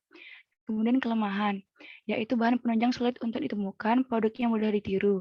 Peluang, besarnya peluang pasar, budaya masyarakat yang konsumtif, dapat disukai oleh semua kalangan, jumlah pesaing masih sedikit, dan harga yang terjangkau. Ancaman, perlu adanya pengenalan produk dan promosi karena merupakan produk terobosan baru. Timbulnya pesaing yang dapat menjual produk sama dengan harga yang lebih murah. Penelitian ini dilakukan pada bulan Maret sampai April pada tahun 2021 di rumah masing-masing. Bahan yang digunakan yaitu nangka, kelapa muda, gula, pektin, dan asam sitrat. Alat yang digunakan yaitu blender, kompor, timbangan, gas, baskom, pisau, talenan, pengaduk, dan wajan. Rancangan percobaan yang digunakan pada penelitian ini yaitu dengan perlakuan perbedaan perbandingan campuran pada buah nangka dan kelapa muda, yaitu pada perlakuan 0, 100% kelapa muda, perlakuan 1, 80% kelapa muda dan 20% nangka, perlakuan 2, 60% kelapa muda dan 40% nangka. Pelaksanaan penelitian yaitu pertama-tama buah disortasi dan dibersihkan, kemudian di blender dengan tambahan air 1:1, kemudian bubur buah dicampur dalam kuali, selanjutnya dipanaskan dan ditambahkan gula 50%, dimasak hingga mendidih, kemudian ditambahkan pektin 1% dan asam sitrat 0,5%, kemudian dimasak hingga mengental hingga menjadi selai. Parameter yang diamati, tampilan fisik selai diuji secara organoleptik. Uji organoleptik ini dilakukan dengan melakukan pengamatan terhadap tekstur, warna, aroma, dan rasa, serta dilakukan uji daya oles. Selain itu dilakukan uji lab pada warna selai menggunakan Photoshop. Hasil dan pembahasan. Yang pertama itu hasil uji lab warna. Berdasarkan tabel, diperoleh nilai yang berbeda-beda. Pada pengujian ini, L menunjukkan tingkat kecerahan, A menunjukkan tingkat kemerahan, dan B menunjukkan tingkat kekuningan. Sehingga diketahui bahwa pada perlakuan 0 diperoleh L74, A-4, dan B35. Pada perlakuan 1 diperoleh L48, A11, dan B39. Kemudian pada perlakuan 2 diperoleh L42, A13, dan B45. Berikut merupakan hasil uji organoleptik pada selai. Yang pertama yaitu pada parameter rasa. Pada uji organoleptik sesuai dengan tabel didapat rasa pada selai yaitu pada perlakuan 0 dan perlakuan 1 diperoleh rasa yang manis dan sedikit asam. Sedangkan pada perlakuan 2 diperoleh rasa yang lebih manis dan sedikit asam. Hal ini dikarenakan pada perlakuan 2 ditambahkan nangka yang lebih banyak dari perlakuan lain. Nangka umumnya memiliki rasa yang manis. Selanjutnya warna. Pada penelitian ini sesuai dengan tabel diperoleh warna selai pada perlakuan pertama yaitu putih kecoklatan. Perlakuan kedua kuning kecoklatan terang dan pada perlakuan ketiga kuning kecoklatan gelap. Warna kuning pada selai dipengaruhi oleh penambahan nangka. Warna kuning pada selai berasal dari pigmen flavonoid pada nangka. Selanjutnya yaitu pada parameter aroma. Pada uji organoleptik sesuai pada tabel didapat aroma pada selai yaitu pada perlakuan 0, aroma selai yaitu khas selai kelapa muda.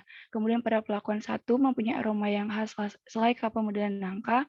Dan selanjutnya pada perlakuan 2 yaitu mempunyai aroma yang khas selai kelapa muda dan nangka.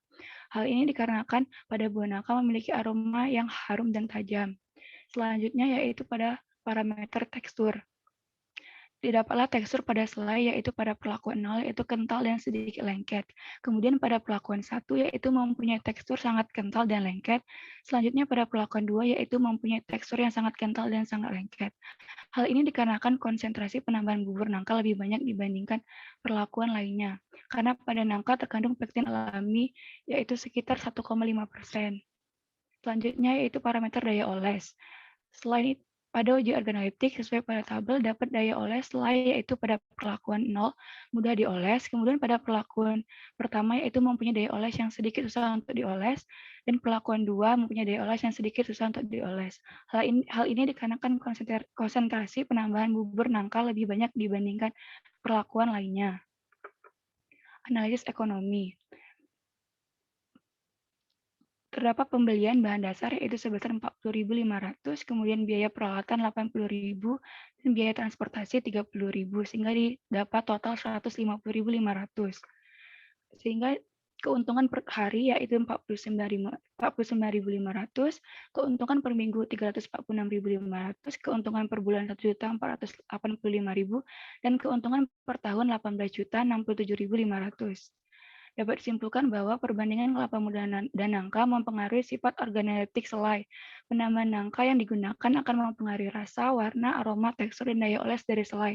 Hal ini dikarenakan nangka memiliki rasa yang manis, aroma yang khas, serta mengandung pektin yang mempengaruhi proses pembuatan sel. Selai, perlakuan yang paling banyak disukai yaitu perlakuan 2 dengan perbandingan kelapa muda dan nangka 60% dan 40%. Selai perlakuan 2 memiliki rasa yang lebih manis dan sedikit asam, warna yang kuning kecoklatan, aroma yang khas selai kelapa muda dan nangka, serta tekstur yang sangat kental dan sangat lengket. Sekian presentasi dari saya, lebih dan kurangnya mohon dimaafkan. Wassalamualaikum warahmatullahi wabarakatuh. Oke, waalaikumsalam. Terima kasih ya Waktunya lebih sedikit, yang tadi lebih banyak banget ya. Jadi lebih dipercepat ya. Lalu selanjutnya tadi kamu pada parameter ya malah nggak kamu tulis uji warnanya, malah kamu tulis kadar air, pH, padahal nggak ada kamu uji gitu loh. Ya, boleh dicek lagi bab 3-nya ya. Oke, selanjutnya tadi siapa? Anissa, Bu. Iya, silahkan. Ada orangnya?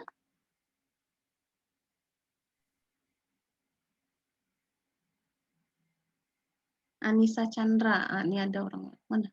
Hilang. Silakan. Oke.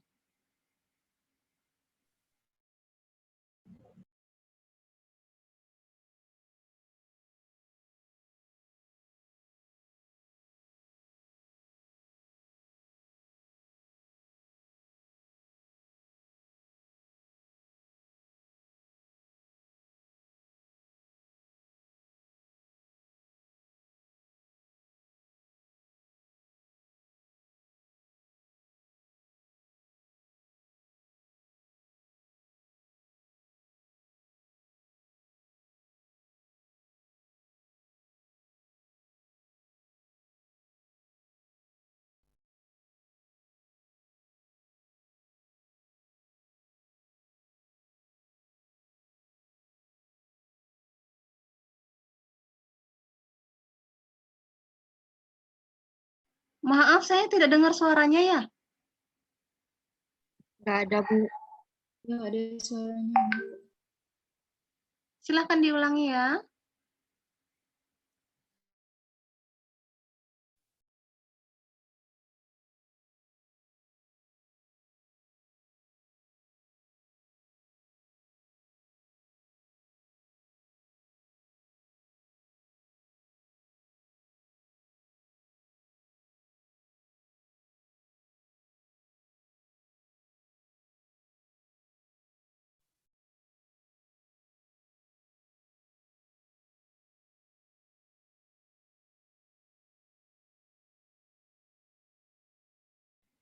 Bisa Anissa? Anissa suaranya mana? Tolong dikeluarkan suaranya dulu. Di-unmute dulu Anissa.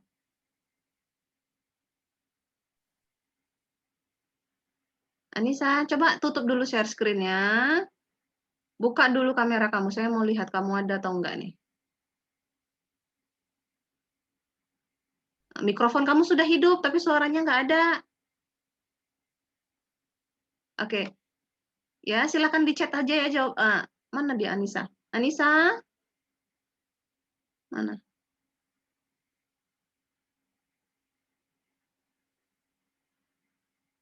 Mana ada yang lihat Anissa? Saya nggak kelihatan ini. Bu, ada orangnya. Ada, iya, orangnya ada, tapi kok nggak maju ke depan ini? Oke, saya yang nomor 2. Anissa, sudah saya unmute. Ya, tapi nggak bisa keluar ya? Oke. Ya, nanti aja ya, ganti next saja. Siapa selanjutnya? Saya, Bu. Ya, silahkan. Oke. Siap.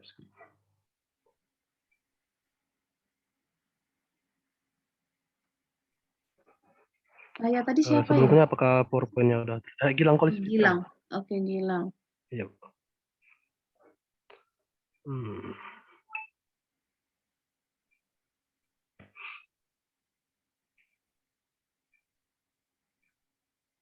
Assalamualaikum warahmatullahi wabarakatuh. Waalaikumsalam. Terima kasih atas kesempatannya. Baiklah, kali ini saya akan mempresentasikan tentang pengaruh perbedaan konsentrasi bubur jagung terhadap karakteristik puding lapis ubi jalar ungu. Di sini saya akan langsung saja, yaitu pembahasannya itu tentang rancangan percobaan dan metode analisis, hasil penelitian, selanjutnya analisis ekonomi dan analisis SWOT. Rancangan percobaan saya kali ini yaitu penelitian ini menggunakan rancangan acak lengkap dengan satu faktor yang dapat mempengaruhi produk, yaitu konsentrasi bubur jagung. Untuk percobaan akan dilakukan dengan 3 perlakuan, yaitu dengan puding lapis dengan jagung 33%, yaitu sebanyak 100 gram jagung, dengan 50% yaitu 150 gram jagung, dan perlakuan 2 yaitu jagung dengan 66%, yaitu 200 gram jagung. Metode analisisnya yaitu 1. Analisis warna menggunakan Photoshop dengan fitur eyedropper untuk melihat LAB dari foto produk. Uji organoleptik yaitu penilaian dengan indera. Uji dilakukan terhadap warna, aroma, rasa, dan tekstur. Selanjutnya hasil penelitiannya dapat kita lihat ini perlakuan 0 yaitu dengan 100 gram jagung, perlakuan 1 150 gram jagung, dan perlakuan 2 200 gram jagung. Ini adalah tabel Yang dari coba hasil coba penelitian. gambarnya. Yang dikasih jagung yang lapisan atas atau lapisan bawah ya? Yang bawah Bu, yang kuning. Ya, yang lapisan ubinya nggak dikasih jagung kan ya? Soalnya itu cetakannya dibuat jagung dulu, setelah itu baru Iya, ditambah. enggak, soalnya di foto yang ada jagungnya ini yang warna kuning ini, ubi jalarnya kok nggak seungu yang ini, mungkin kameranya kali ya, pencahayaannya beda gitu ya? Oh, yang ketiga ini Bu. Iya, heeh. Oh, itu nanti ada di pembahasannya Bu. Oke ya, silahkan lanjutkan. Salah pencet dong. Kok N sih? Astaga.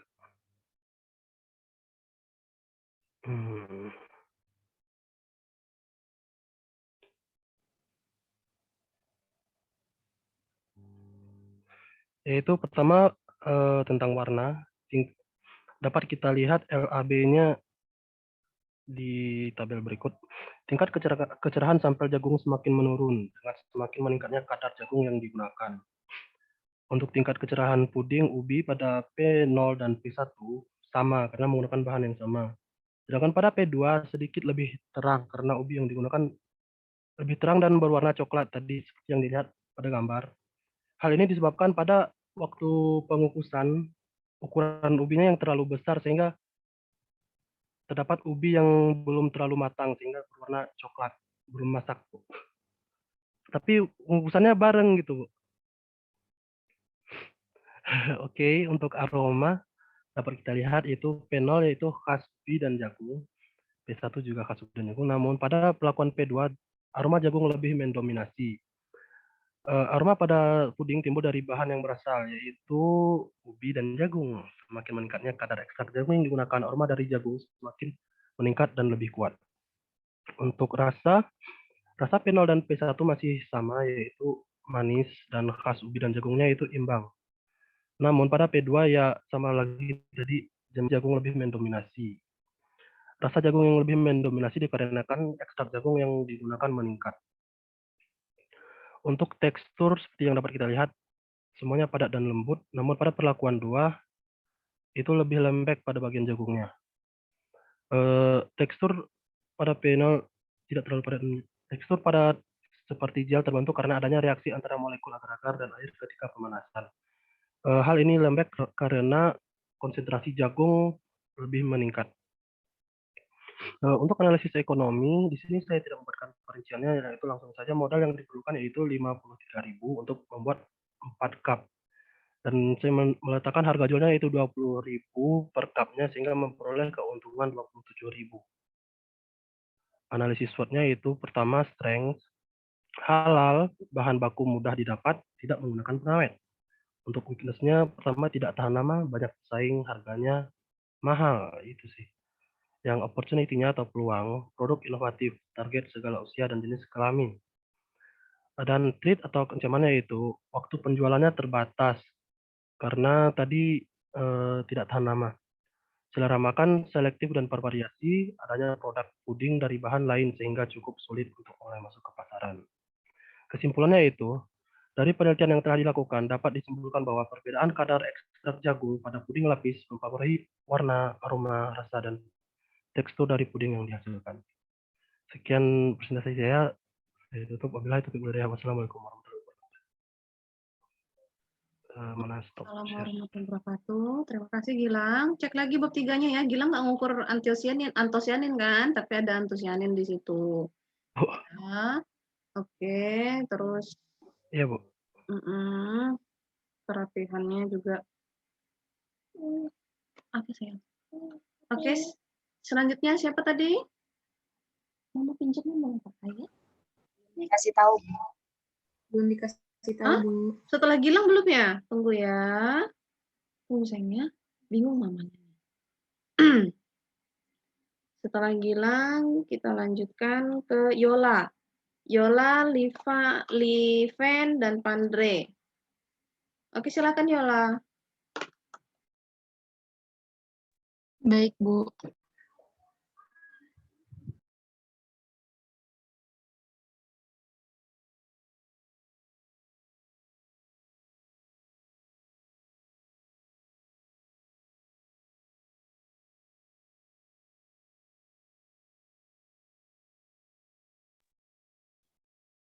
Baiklah. Assalamualaikum warahmatullahi wabarakatuh.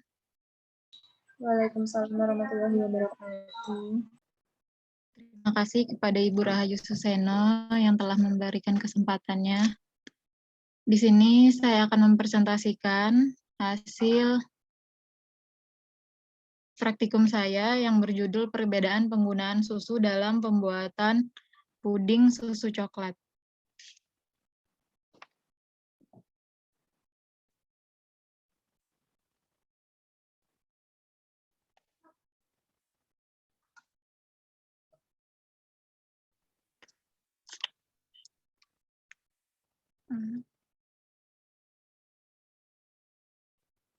Puding adalah dessert yang umumnya menggunakan bahan dasar susu, santan, maupun buah.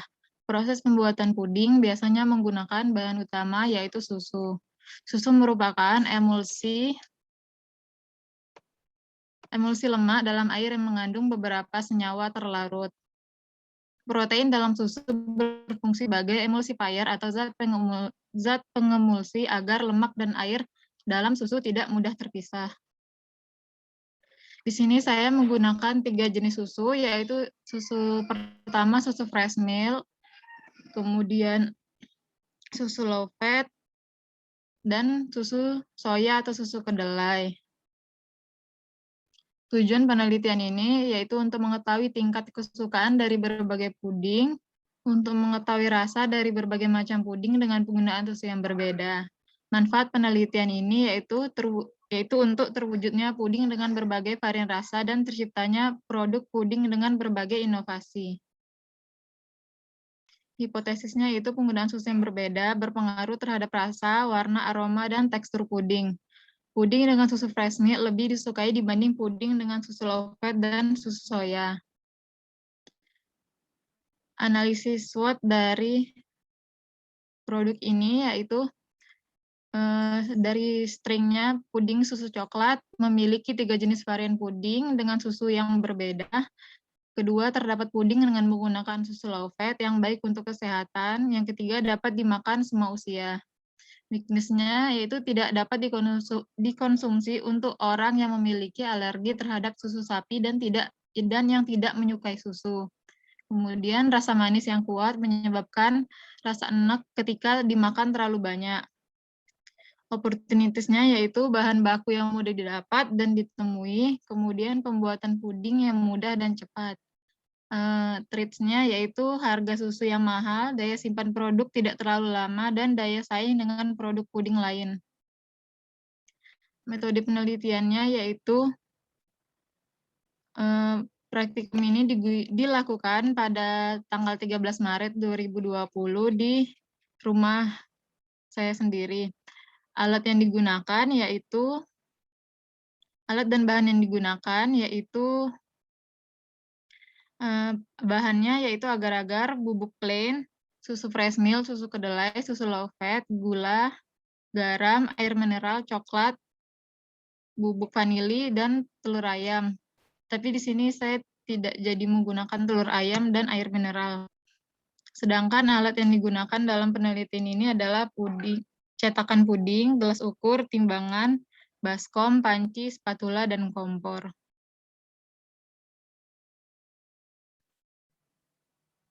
Pelaksanaannya yaitu diukur susunya sebanyak 800 ml, kemudian dimasukkan ke dalam panci, dipanaskan, lalu ditambahkan gula, vanili bubuk, garam, agar-agar bubuk plain sebanyak 1 bungkus atau 6 gram.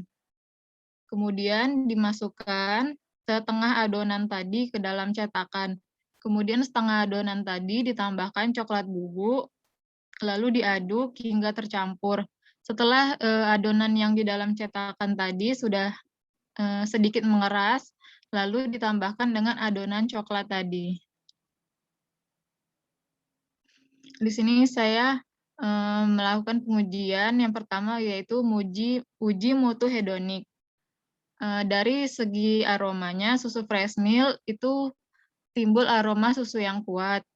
Sedangkan susu low fat aromanya tidak terlalu kuat aroma susunya dan terdapat aroma coklat. Lalu dari susu soya yaitu hanya tercium aroma coklat. Dari susu fresh milk warnanya itu putih terang dan coklat pekat. Dari susu low fat putih terang dan coklat pekat. Dari susu soya putih kekuningan dan coklat terang. Dari segi rasa susu fresh milk manis dan rasa susu yang kuat. Dari susu low fat tidak terlalu manis dan susu soya hanya manis. Dari segi tekstur susu fresh milk yaitu lembut, dari susu low fat lembut dan susu soya lembut. Kemudian uji hedoniknya susu fresh milk skornya 4 atau suka, dari susu low fat itu 3 agak suka, dan susu soya yaitu 2 tidak suka. Pada pengujian hedonik, para panelis lebih menyukai puding dengan menggunakan susu fresh milk. Pada puding dengan susu low fat, panelis tidak terlalu suka, dan pada susu soya, panelis tidak menyukai puding tersebut. Karena dari segi rasa, susu soya, rasa kedelainya itu terlalu kuat. Rasa dan warna yang berbeda dari tiap puding menyebabkan panelis memiliki penilaian berbeda pada setiap produk. Pada uji mutu hedonik, indikator yang diamati yaitu warna, aroma, rasa, dan tekstur. Ini justifikasi biaya, yaitu sebanyak 98.000 untuk membeli susu fresh milk, susu low fat, susu soya, agar-agar, coklat bubuk, dan gula pasir. Anggaran biaya setiap 1 kali produksi yaitu sebanyak 31.400 untuk membeli susu, gula, agar-agar, dan coklat bubuk. Analisis ekonominya yaitu dalam 1 kali produksi sebanyak 31.400. Harga yang dijual yaitu harga jualnya per loyang yaitu 40.000. Jadi keuntungan setiap 1 kali produksi yaitu 8.600. Kesimpulannya, pembuatan puding menggunakan susu yang berbeda didapatkan hasil yaitu para panelis lebih menyukai puding dengan menggunakan susu fresh milk. Penggunaan susu pada pembuatan puding dapat mempengaruhi aroma, rasa, tekstur, dan warna yang ditimbulkan pada puding. Puding memiliki kandungan karbohidrat, lemak, protein, serat, mineral, natrium, dan kalsium. Kandungan lemak dari susu dapat mempengaruhi rasa yang ditimbulkan dari puding. Pada fresh milk, kandungan lemak yang tinggi dapat menyebabkan rasa yang ditimbulkan lebih enak dibanding susu low fat dan susu soya. Baiklah, itu adalah presentasi saya mengenai praktikum yang telah saya lakukan. Saya kembalikan kepada Ibu Rahayu Suseno.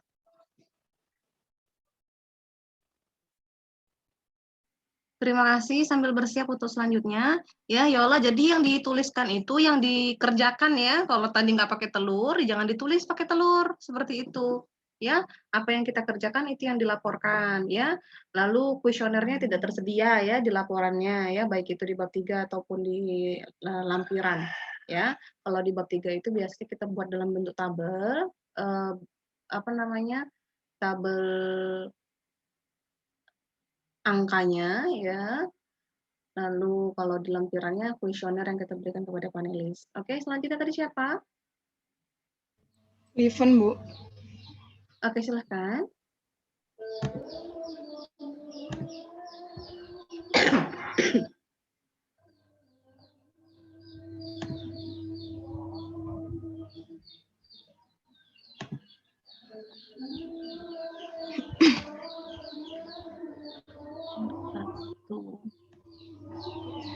Baiklah, Selamat siang, salam sejahtera untuk kita semua. Sebelumnya, saya ingin berterima kasih kepada Ibu Rahayu Suseno, STP MSI, selaku dosen pengampu yang telah memberikan saya kesempatan untuk presentasi.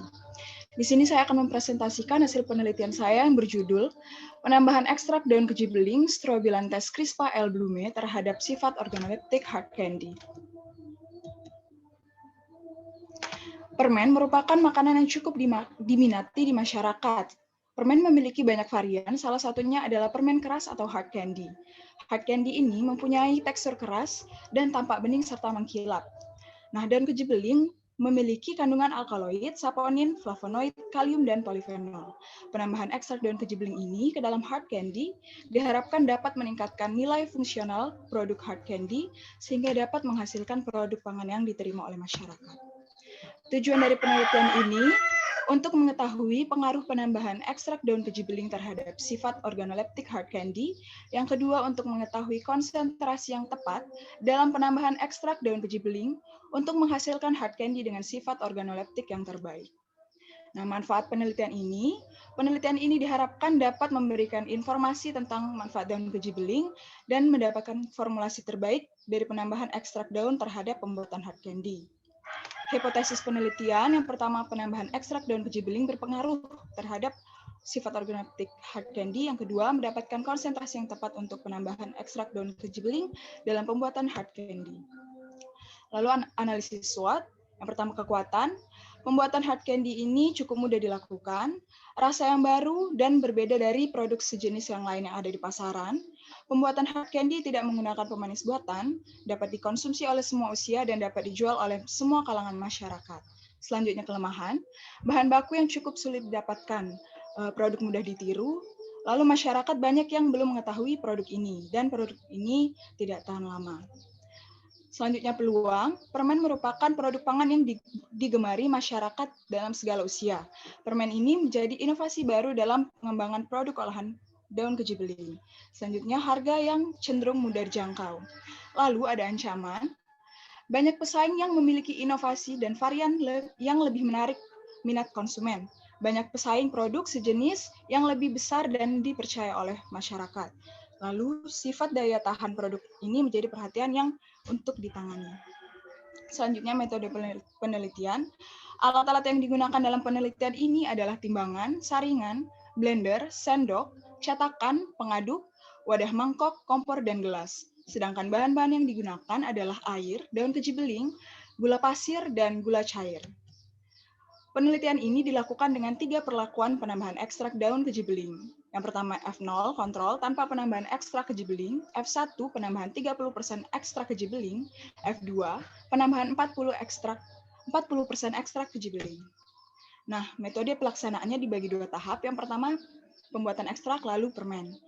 Daun keji beling mula-mula disortasi, lalu dicuci sampai bersih, kemudian diblender dengan ditambahkan air 300 ml, lalu dilakukan penyaringan dan didapatkan ekstrak keji beling. Selanjutnya, pembuatan permen. Air dan gula pasir dilarutkan, dipanaskan sampai mengental selama kurang lebih 10 menit, lalu ditambahkan ekstrak daun keji beling dengan berbagai konsentrasi tadi, lalu ditambahkan gula cair, diaduk sampai mengental selama kurang lebih 15 menit. Kemudian setelah itu didinginkan, lalu dituang ke dalam cetakan permen. Selanjutnya didiamkan sebentar sampai mengeras, lalu dihasilkanlah hard candy ekstrak daun keji beling. Parameter yang diamati dalam penelitian ini yaitu rasa, warna, aroma, dan tekstur. Selain itu dilakukan juga uji lab pada warna menggunakan Photoshop. Nah, hasil dan pembahasan dapat dilihat pada tabel berikut ini, yaitu hasil uji lab warna. F0 nilai L-nya 76, nilai A4, nilai B11, F1 nilai L31, nilai A-9, dan nilai B14. F2 nilai L29, nilai A-12, nilai B20. Nah, berdasarkan hasil tersebut menunjukkan bahwa penambahan ekstrak keji beling mempengaruhi warna pada hard candy. Selanjutnya di sini ada tabel hasil uji organoleptik hard candy. Pada F0, warna yang dihasilkan putih bening mengkilap, aromanya khas gula cair, rasanya sangat manis dan memiliki tekstur yang keras.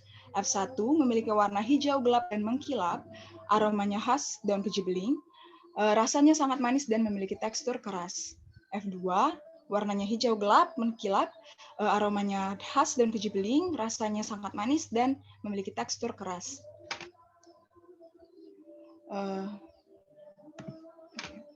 Hard candy yang dihasilkan pada perlakuan 1 memiliki warna putih karena tidak ada tambahan ekstrak daun keji beling di dalamnya.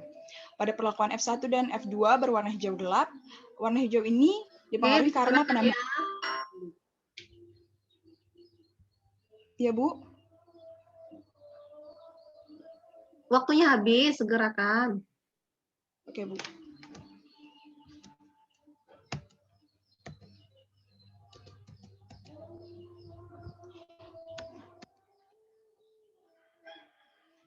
Oke, selanjutnya aromanya, karena aroma pada F1 dan F2 ini beraroma khas daun keji beling karena penambahan ekstrak daun keji beling, di mana semakin bertambahnya konsentrasi, aromanya akan semakin kuat.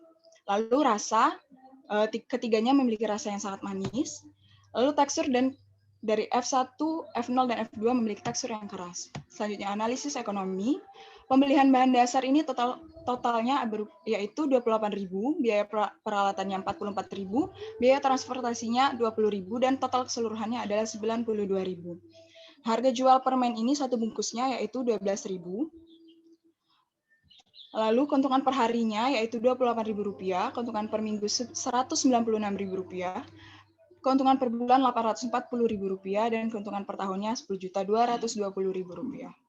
Nah, kesimpulan dari penelitian ini yaitu penambahan ekstrak daun keji beling berpengaruh terhadap sifat organoleptik hard candy, yaitu warna dan aromanya, namun tidak berpengaruh terhadap rasa dan tekstur dari hard candy.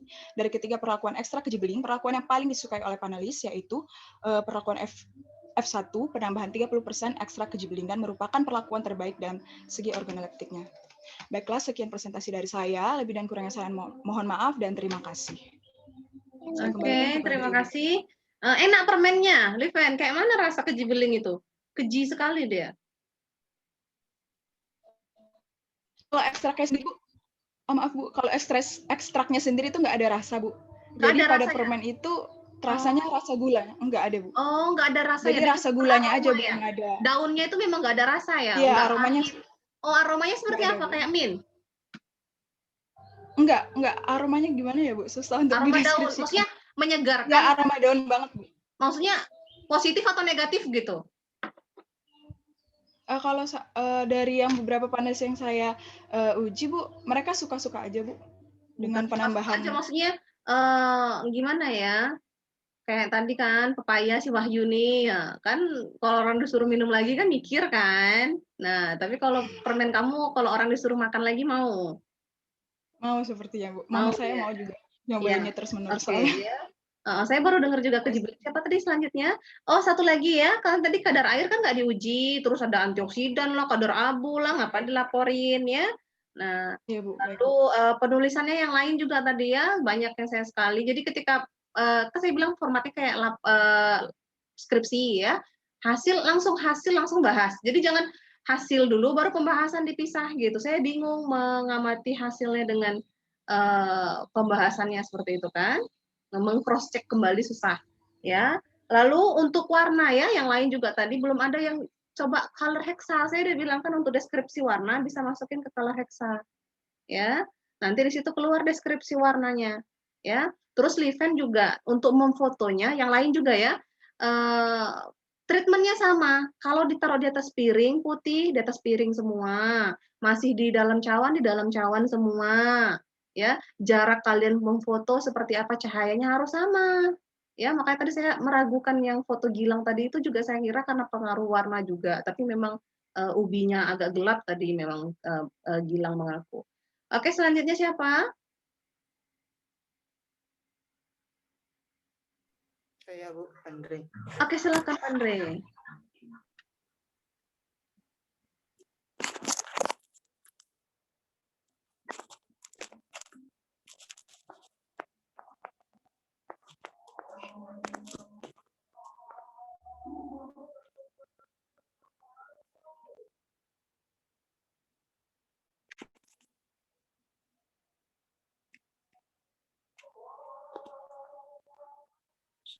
Pandre, maaf, PPT-nya nggak dikirim ya, Pandre? Sengaja atau lupa atau bagaimana? Lupa, Bu. Lupa, yakin? Nggak Atau tahu. belum selesai? Nggak tahu kalau Udah. harus dikirim? Nggak Iya, Bu, tahu, nggak tahu. lupa, sengaja, belum selesai. Yang mana? Jujur, puasa Pandre kan? Nggak tahu, Bu. Nggak tahu kalau harus dikirim. Karena cuma kamu Iya, yang Bu. nggak ngirim loh. Berarti kamu tidak mendengarkan apa yang saya sampaikan di kelas. Ya, oke silakan Pandre. Nanti dikirim ulang, Bu. Oke, bismillahirrahmanirrahim. Perkenalkan, nama saya Pandre Pida Cinaga dengan NIM J1A118004 R2. Yang saya hormati Bu Rahayu Susono selaku dosen pengampu dan kawan-kawan yang saya cintai. Untuk judul penelitian saya yaitu pengaruh ekstrak kayu secang terhadap karakteristik organoleptik minuman probiotik fermentasi kulit nanas madu. Latar belakangnya itu produksi buah nanas yang tinggi di Jambi, terutama di Tangkit, kemudian limbah kulit nanas yang belum banyak dimanfaatkan, terus ada inovasi pengembangan produk menjadi minuman probiotik yang kaya antioksidan.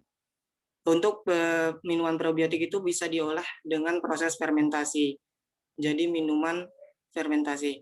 Yang kedua, bahan utamanya itu secang. Dalam masyarakat biasa digunakan sebagai pewarna makanan dan obat tradisional. Kandungan flavonoid, saponin, alkaloid, terperoid, fenolik, brazilin. Nah, inilah yang berperan dalam pemanfaatan obat tradisional.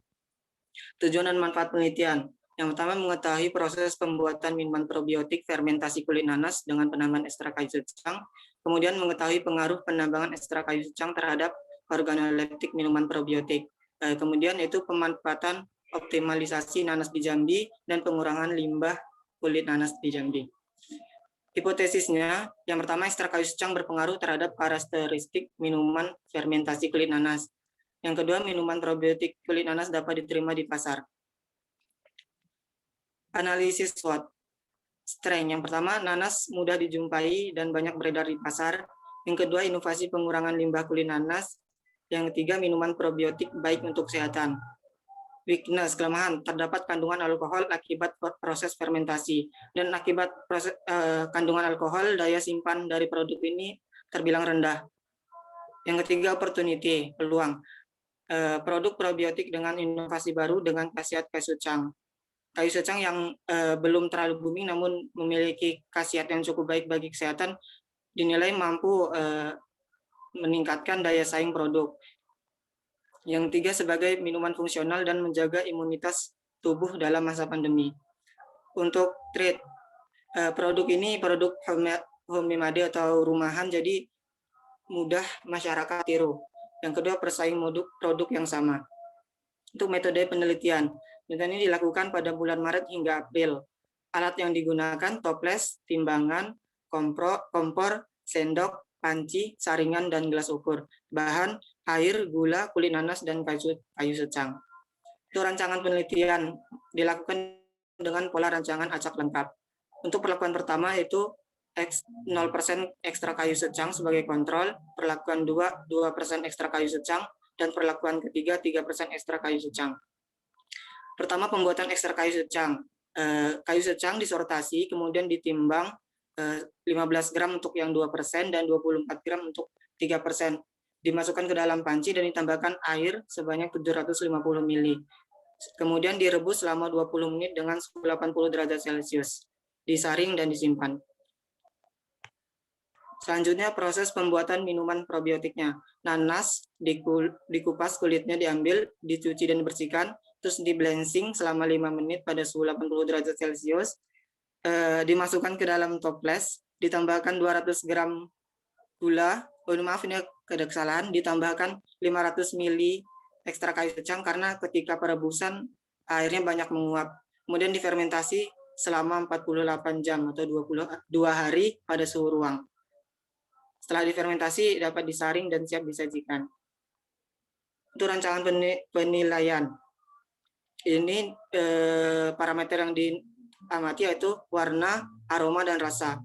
Untuk panelisnya itu 5 orang panelis semi terlatih ya, atau mahasiswa teknologi hasil pertanian yang telah mengikuti pelatihan evaluasi uji sensori. Untuk hasilnya ini untuk perlakuan 0%, 2%, dan 3%. Pembahasannya untuk perlakuan 1 aromanya masih khas nanas yang menyengat, warna kuning pudar, rasa nanas sedikit seprit.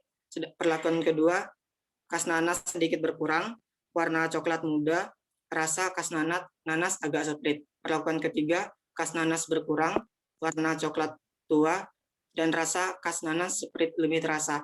Untuk aroma tidak ada yang tidak terlalu signifikan untuk perubahannya, sedangkan untuk warna, karena sifat dari secang itu adalah pewarna makanan, jadi nampak jelas perubahannya. Untuk rasa, sebenarnya tidak terlalu banyak perubahannya akibat penambahan dari ekstrak kayu secang ini. Ini analisis ekonomi untuk sekali produksi kayu secang 1 kilo 30.000, gula 1 kilo 10.000, dan air mineral 1 galon 10.000, jumlah 50.000. Nah, untuk keuntungan seharinya ini didapatkan 100.000 untuk kotornya dan bersihnya 50.000, per minggu 400.000 kira-kira, per bulannya 1.600.000 dan per tahunnya 19.200.000. Untuk keterangan 1 kilogram kayu secang bisa dipakai selama 3 minggu. Kesimpulannya berdasarkan hasil percobaan dapat disimpulkan bahwa ekstrak kayu secang berpengaruh nyata terhadap warna minuman probiotik kulit nanas, sedangkan untuk konsentrasi terbaik yang paling disukai oleh panelis adalah produk pada perlakuan kedua, yaitu minuman probiotik kulit nanas dengan penambahan ekstrak kayu secang konsentrasi 2%. Sekian presentasi dari saya. Assalamualaikum warahmatullahi wabarakatuh. Waalaikumsalam warahmatullahi wabarakatuh. Bagaimana Pandre? Sudah mengecek kehalalannya Pandre?